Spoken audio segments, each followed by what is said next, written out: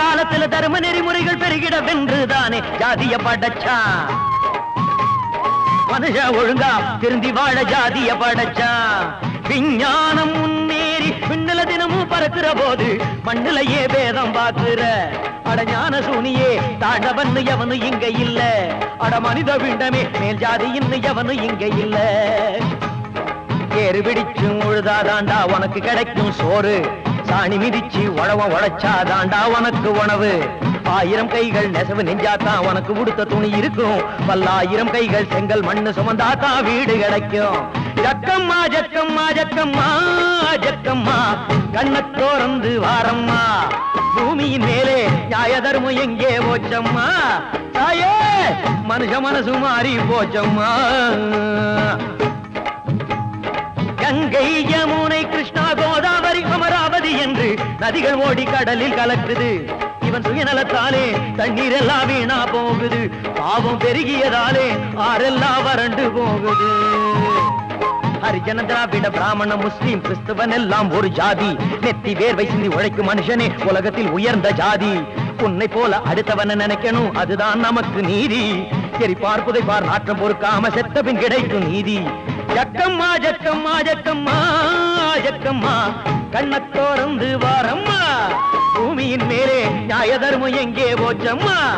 தாயே தவிச்ச வாய்க்கு தண்ணி இல்லம்மா.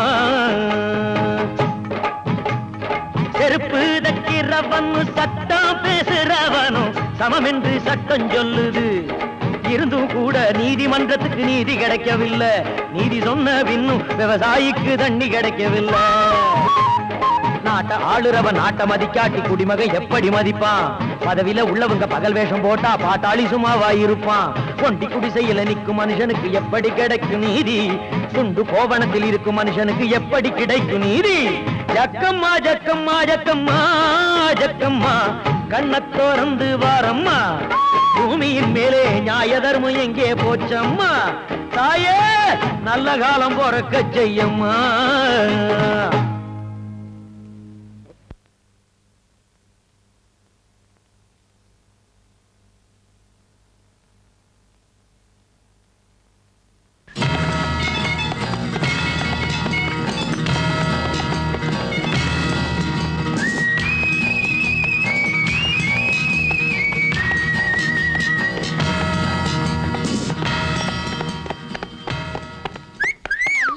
வச்சுக்கிறியா? வாங்கிக்கிறானுங்க, காசு கொடுக்கறதுக்கு யோசிக்கிறானுங்க. என்ன இது மதுரை வீர மாதிரி ஒருத்தன் குதிரையில? என்னங்க சர்க்கஸ் கொட்டாயில இருந்து குதிரையில வந்துட்டீங்களா? இல்ல பீச்ல இருந்து சுட்டுட்டு வந்துட்டேன். விளையாடுறீங்க. டோக்கன் போடியா? எதுக்கு? குதிரைக்கு. குதிரைக்கா? ஏங்க இந்த காரு சைக்கிள் ஸ்கூட்டர் இதுக்கு தாங்க டோக்கன், குதிரைக்கு கிடையாதுங்கிற. என்ன சைக்கிளுக்கு டோக்கன் போடுவ, ஸ்கூட்டருக்கு போடுவ, காருக்கு போடுவ, குதிரைக்கு போட மாட்டியா? இங்க பார், இதெல்லாம் வர்றதுக்கு முன்னாடி குதிரை தான் வாங்கணும். இன்னும் கொஞ்ச நாளைக்கு தான் அரேபியால இருந்து பெட்ரோல் வரும். அப்புறம் பங்கில எல்லாம் பெட்ரோல் கிடைக்காது, நாக்கு தான் வலிக்கணும், புழுக்கட்டு வைப்பாங்க. குதிரைக்கு டோக்கன் போட்டு வை, காசை வந்து தரேன். எனக்கு எதிர் சிரிப்பா? குடியா போயான்னு சொன்னல. என்னங்கடா பகல் கொள்ள இருக்குது? 7 ரூபா டிக்கெட் 20 ரூபாய்க்கு விக்கிறா? ஓ நான் மாமல் கூடத்துல படுற பாட்டு எனக்கு தான் தெரியும். போயா. ஏய் என்னடா டபாக்கிறீங்க? வாடா போலீஸ் ஸ்டேஷனுக்கு. டேய் இப்போ என்னன்ற? இது ஏரியா. போலீஸை பத்தி என்கிட்டயே சொல்றியா நீ? வேற ஆள பாரு. போடா டேய். யோ என்னங்க சண்டை? அநியாயம் சார். 7 ரூபா டிக்கெட் 20 ரூபாய்க்கு விக்கிறா சார். போலீஸுக்கு மாமூல் நீ தாரியா? இல்ல தியேட்டர் மேனேஜருக்கு பங்கு தான் தாரியா? அவள 6 வரைக்கும் காலையில 5 மணிக்கு வந்து நிக்க வேண்டியதாண்டா. போடா. அத்த உன்ன மாதிரி ஊருக்கு வரணும் போதா அத்த. சரி ஒரு 4 டிக்கெட் கொடு. எனக்கு ஒண்ணு போதும்.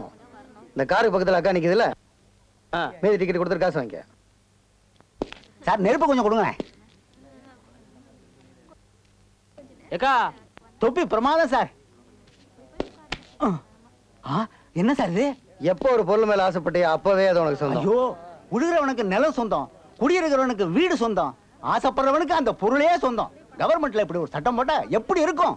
ரொம்ப நல்லா இருக்கும். முயற்சி பண்ணு, போராடு, கை மேல பலன் கிடைக்கும். அதுவும் அங்க தொப்பி போட்டு நிக்கிறாருல அவர்தான்.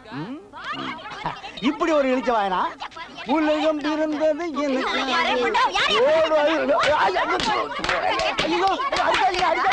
சொல்லிட்டு அடிங்கம்மா. அட போங்கண்ணே, நாய் மாதிரி உழைச்ச என்ன பிரயோசனம்? முதலாளிக்கு இன்னைக்கு ஒரு நாளைக்காவது கண்டக்டர் இல்லைன்னா என்ன சிரமம்னு இருந்தாலும் தெரிஞ்சுக்கிட்டோம். டேய், இன்னைக்கு நீ டியூட்டிக்கு போகல, முதலாளி வேலையை விட்டு தூக்கிடுவாரு, கவனம் இருக்கட்டும். ரொம்ப சந்தோஷம், பிடிசில வேலை கிடைச்சிருக்கு. இன்னும் ஒரு வாரத்துல டியூட்டில ஜாயின் பண்ண போறேன். படம் ரொம்ப சூப்பர். இன்டர்வலுக்கு அப்புறம் டக்கரா இருக்கும், இருந்து பார்த்துட்டு போங்க.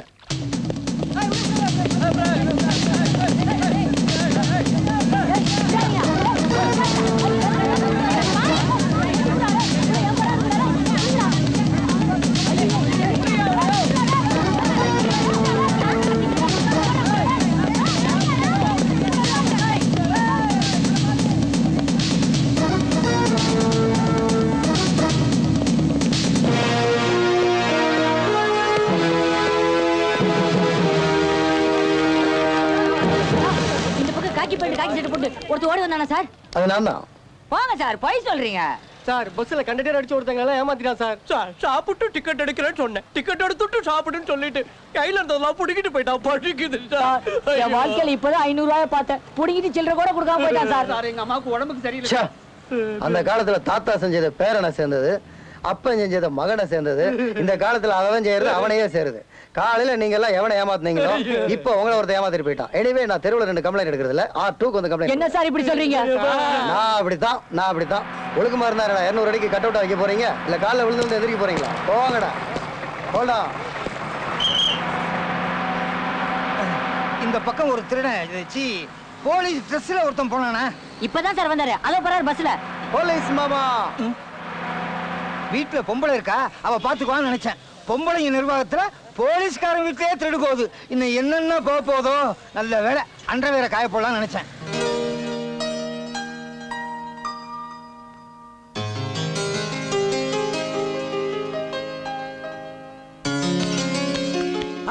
நான் இப்பதான் போர்டே வச்சுட்டு வர்றேன், அதுக்குள்ள சாப்பிட்டு முடிச்சிட்டியா? துட்டாவது குடுப்பியா? துட்டா இந்த அல்வா.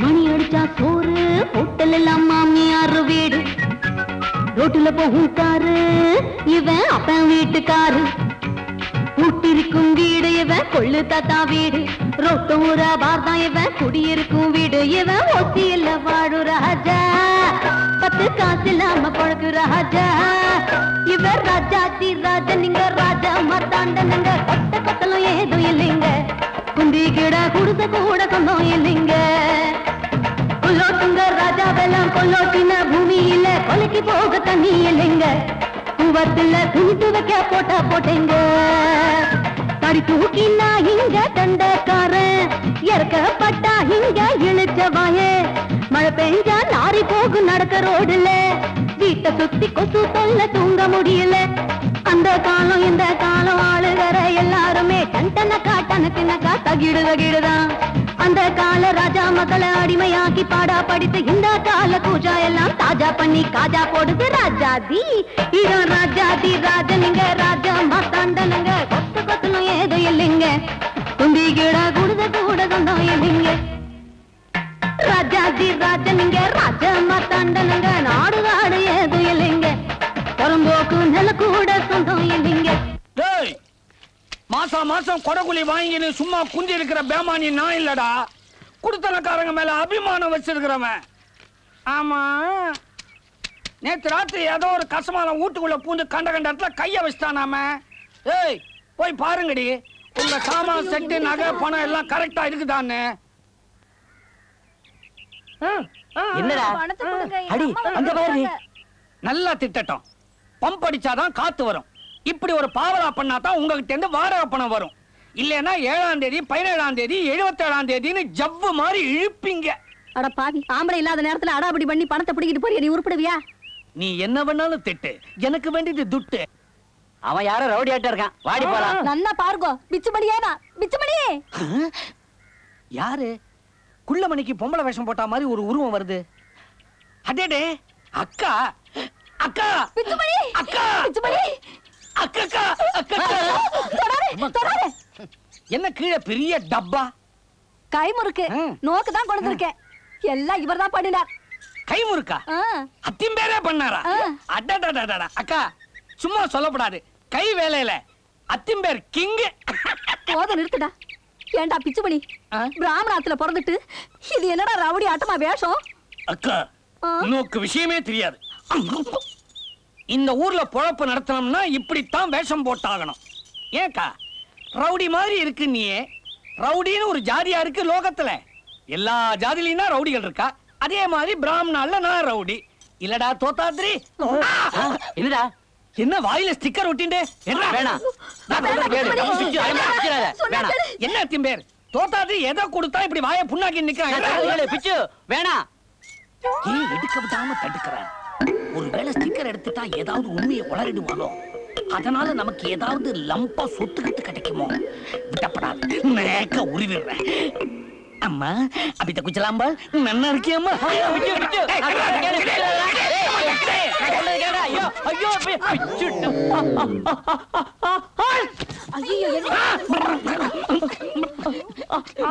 என்ன திம்பேர் இவன் வாயால தும்மினா இடுப்பு துணியெல்லாம் அவங்க தாண்டா பிச்சுடாத பிச்சுடாதன்னு சொல்லிட்டே இருக்கேன்.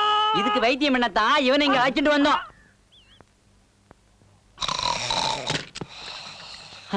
அர்த்தராத்திரியில யாரோ கதை திறக்காளே. அம்புஜம் தெரிஞ்சிரு, எனக்கு பயமா இருக்கு. அப்பா அம்மாவை எழுப்பாத. தூக்கத்துல எழுப்புனா அம்மாவுக்கு கோபம் வரும்னு உனக்கு தெரியாதா? அம்மா அடிப்பா. ஐயோ இத வேற சொல்லி என்ன பயமுறுத்துறாளே. அப்பா திருட ரொம்ப நன்னா இருக்கான். தூங்கறச்சே குடும்பம் ரொம்ப லட்சணமா இருக்கு. அத்திம்பே ஏன் அர்த்தராத்திரில இப்படி அலறேள்?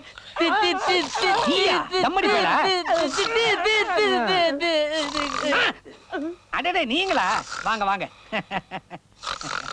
என்ன இது வீட்டை லாஜ் ஆக்கிட்டியா?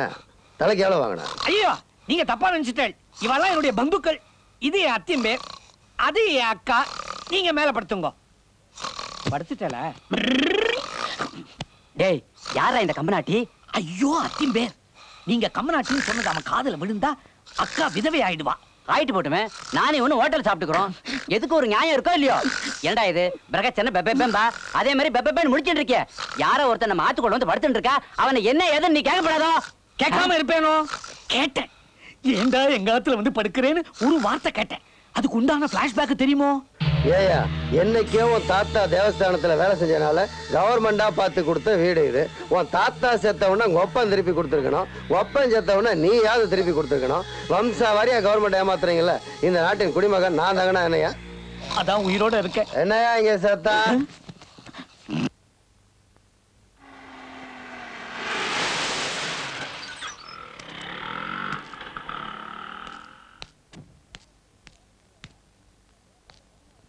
ஏற தெரியுது இறங்க தெரியாதா? உனக்கு வேற தனியா வெத்தலை வைக்கணுமா? வாடா. வந்த இடத்துல வாடாப்படான்னு பேசலாமா? என்ன வந்து தொலைடா. வரல படம் எடுக்கிறத பத்தி என்னைக்காவது பேசிக்க. வேலையை தானே. வாங்க வக்கீல் சார். வணக்கம்மா. வணக்கம். சுப்பிரமணியம் இருக்கானா? இருக்காரு. சார் யாரு? இவனா ஃப்ரெண்டுன்னு சொன்னா இல்ல வேலைக்காரம்மா, வேலைக்காரன்னு சொன்னா இல்ல ஃப்ரெண்டுமா.